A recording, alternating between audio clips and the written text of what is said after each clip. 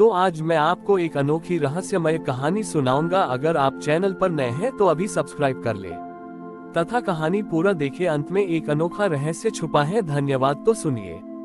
बहुत समय पहले की बात है। दक्षिण भारत के एक छोटे से गांव में वेदांत नाम का एक माली रहता था। वेदांत का पूरा जीवन फूलों के बीच बीता था। वह राजा के बाग की देखभाल करता था, लेकिन उसका अपना एक छोटा सा बगीचा था जहां उसने केवल सफेद फूल उगाए थे। उसका मानना था कि सफेद रंग शून्य का प्रतीक है और महादेव को शून्य अत्यंत प्रिय है। वेदांत की एक अजीब आदत थी। वह रोज सुबह एक सफेद फूल तोड़ता और उसे मंदिर ले जाने के बजाय गांव के बाहर एक सूखे ठूंठ पर चढ़ा देता। लोग उसका मजाक उड़ाते, वेदांत, मंदिर में पत्थर का शिवलिंग है, वहां पूजा करो। इस मरे हुए पेड़ पर फूल क्यों बर्बाद करते हो? वेदांत शांति से उत्तर देता, मेरे महादेव केवल पत्थर में नहीं, उस हर चीज में है जिसे दुनिया ने व्यर्थ मानकर छोड़ दिया है। ये सूखा पेड़ भी तो महादेव का ही अंश है, बस ही से फिर से हरा होने की प्रतीक्षा है। उसी गांव में आचार्य वाचस्पति रहते थे, जो बहुत बड़े विद्वान थे। उन्हें अपनी तर्कशक्ति पर गर्व था। एक दिन उन्होंने वेदांत को रोका और पूछा, शास्त्र कहते हैं कि पूजा विधि विधान से होनी चाहिए। तुम इस सूखी लकड़ी को पूजकर महादेव का अपमान कर रहे हो। क्या तुम्हारा ये पेड़ कभी फल दे सकता है? वेदांत ने कहा, आचार्य, महादेव असंभव के देवता हैं। यदि मेरी भक्ति में सत्य है तो ये लकड़ी भी बोलेगी। तभी राज्य पर एक संकट आया। राजा को एक असाध्य रोग ने घेर लिया। राजवैद्य ने कहा कि यदि कहीं से नीला पारिजात मिल जाए तो राजा के प्राण बच सकते हैं। नीला पारिजात हजारों साल में एक बार खिलता था। आचार्य वाचस्पति ने बड़े बड़े यज्ञ किए, पर फूल नहीं मिला। हारकर राजा ने घोषणा की कि जो भी वह फूल लाएगा उसे आधा राज्य मिलेगा। वेदांत ने उस रात उस सूखे ठूंठ के पास बैठकर रुदन किया। उसने कहा, प्रभु, लोग कहते हैं आप शमशान के वासी हैं, जहां जीवन समाप्त होता है वहां से आप शुरू होते हैं। इस सूखे काठ को अपने चरणों की धूल दीजिए। रात के अंतिम पहर में जब ओस गिर रही थी, उस सूखे ठूंठ से एक हल्की नीली रोशनी निकलने लगी। देखते ही देखते उस मरे हुए पेड़ की छाल फटी और उसमें से एक अत्यंत सुंदर नीला पारिजात खिला।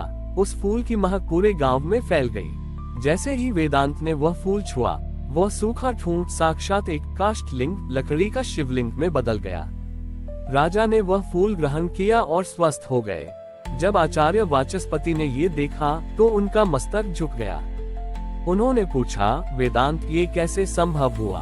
उद्धरण चिन्ह। तभी उस लकड़ी के शिवलिंग से महादेव की गंभीर वाणी गूंजी, ग्रेटर देन वाचस्पति, तुम मुझे स्वर्ण और वैभव में ढूंढ रहे थे, जबकि वेदांत ने मुझे अभाव में खोजा। मैं वहां सबसे पहले पहुंचता हूं जहां उम्मीद साथ छोड़ देती है। ये सूखा पेड़ वेदांत के अटूट विश्वास का प्रतीक है।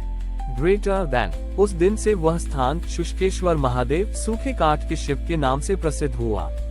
वेदांत ने सिखाया कि महादेव को रिझाने के लिए सामग्री की नहीं, बल्कि उस भाव की जरूरत है जो सूखे हुए जीवन में भी हरियाली देख सके। आज भी माना जाता है कि यदि किसी का जीवन नीरस और सूखा हो गया हो, तो वह यदि सच्चे मन से इस कहानी का स्मरण करे, तो महादेव उसके जीवन के सूखे वृक्ष में भी खुशियों के फूल खिला देते हैं। जब वह नीला पारिजात उस सूखे ठूंठ से खिला, तो उसकी दिव्य सुगंध केवल राजा के महल तक ही नहीं, बल्कि पाताल लोक की सीमाओं तक जा पहुंची। मयासुर का एक वंशज कालकेतु, जो वर्षों से अमरता की खोज में था, उस सुगंध से आकर्षित होकर गांव में पहुंचा। कालकेतु जानता था कि नीला पारिजात साधारण पुष्प नहीं है, इसमें काल को मात देने की शक्ति है। वह आधी रात को एक काली आंधी बनकर आया। उसने अपनी माया से पूरे गांव को गहरी निद्रा में सुला दिया। लेकिन वेदांत की आंखों से नींद कोसों दूर थी। वह उस काष्ठलिंग के पास बैठकर धीरे धीरे शिव नाम का जप कर रहा था। कालकेतु ने गरज कर कहा, मूर्ख माली, ये फूल देवताओं के लिए भी दुर्लभ है, इसे एक सूखी लकड़ी पर बर्बाद मत कर। यह मुझे दे दे, मैं तुझे सोने का पूरा जंगल बना दूंगा। वेदांत ने निडर होकर उत्तर दिया, असुर, जो फूल महादेव की कृपा से खिला है, वह केवल उनकी सेवा के लिए है। लोभ की आग में जलने वाले हाथों के लिए यह पुष्प केवल विष के समान है। क्रोधित होकर कालकेतु ने अपनी मायावी तलवार निकाली और उस लकड़ी के शिवलिंग पर प्रहार किया। उसे लगा कि लकड़ी का टुकड़ा एक झटके में कट जाएगा। परंतु जैसे ही तलवार उस काष्ठलिंग से टकराए, उसमें से कोई रस या लकड़ी का बुरादा नहीं निकला, बल्कि भयंकर अग्नि की लपटें निकली। वह सूखा ठूंठ अचानक हिलने लगा और उसकी सूखी टहनियां विशाल भुजाओं की तरह फैल गईं। देखते ही देखते उस लकड़ी के भीतर से एक आकृति उभरी। यह महादेव का काष्ठ भैरव रूप था।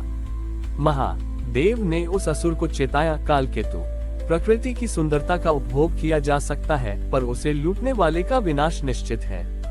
कालकेतु ने अपनी माया से हजारों तीर छोड़े, लेकिन वे सभी तीर उस लकड़ी के लिंग के पास पहुंचते ही कोमल टहनियों में बदलकर जमीन पर गिर गए। अंत में महादेव ने उस सूखे पेड़ की एक छोटी सा बड़ी ही लकड़ी का टुकड़ा हवा में उछाला, जिसने सुदर्शन चक्र की भांति घूमते हुए असुर के अहंकार और उसकी माया का अंत कर दिया। सुबह जब गांव वाले जागे तो उन्होंने देखा कि कालकेतु एक पत्थर की मूर्ति बनकर मंदिर के द्वार पर खड़ा है, जो हमेशा के लिए महादेव का द्वारपाल बन गया था। वेदांत ने देखा कि वह नीला पारिजात अब एक बीज में बदल चुका था। महादेव ने वेदांत से कहा, ग्रेटर देन वेदांत, तुमने न केवल इस पेड़ को जीवित किया, बल्कि इसकी रक्षा भी की। अब इस बीज को पूरे राज्य में बो दो। जहाँ जहाँ विश्वास होगा, वहाँ वहाँ यह नीला पारिजात खिलेगा। ग्रेटर देन, राजा ने उस स्थान पर एक अद्भुत मंदिर बनवाया जहाँ छत नहीं थी, ताकि वर्षा का जल और सूर्य की किरणें सीधे उस काष्ठलिंग पर पड़े। वेदांत अब केवल माली नहीं था, वो उस राज्य का शांति दूत बन गया। उसने सिखाया कि महादेव की रक्षा केवल उनके भक्तों के लिए नहीं, बल्कि पूरी प्रकृति के संतुलन के लिए होती है। आज भी उस मंदिर के पास जो भी सूखा पेड़ लगाया जाता है, वह महादेव की कृपा से हरा भरा हो जाता है। लोग वहां आकर अपनी सूखी उम्मीदों को फिर से जीवित करने की प्रार्थना करते हैं। हमारी और भी आध्यात्मिक एवं अनोखी कहानियां देखने के लिए हमारे चैनल पर जाएं तथा धार्मिक एवं पौराणिक अनोखी कहानियां हमारे चैनल पर है। कृपया जाके देखें तथा हमारे चैनल को सब्सक्राइब करके रखें और वीडियो लाइक जरूर करें। धन्यवाद।